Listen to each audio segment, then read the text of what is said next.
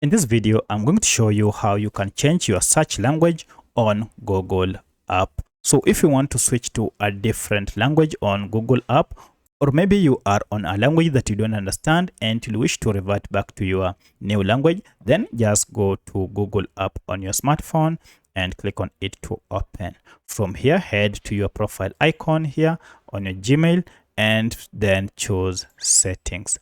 Under settings, scroll down to other settings, and from this go to search language. Under search language, you can see language and region.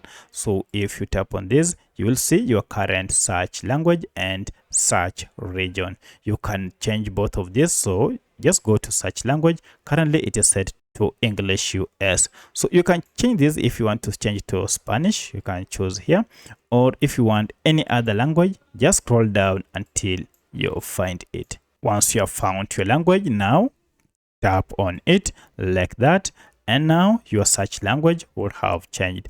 From here, you can now go back and you should see your language here. Now each and every time you perform any search, you will be able to find it or get the results in your current language of choice. So that's how you can change your search language on Google app.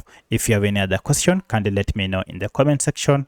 Otherwise, thanks for watching, and let's meet in the next video.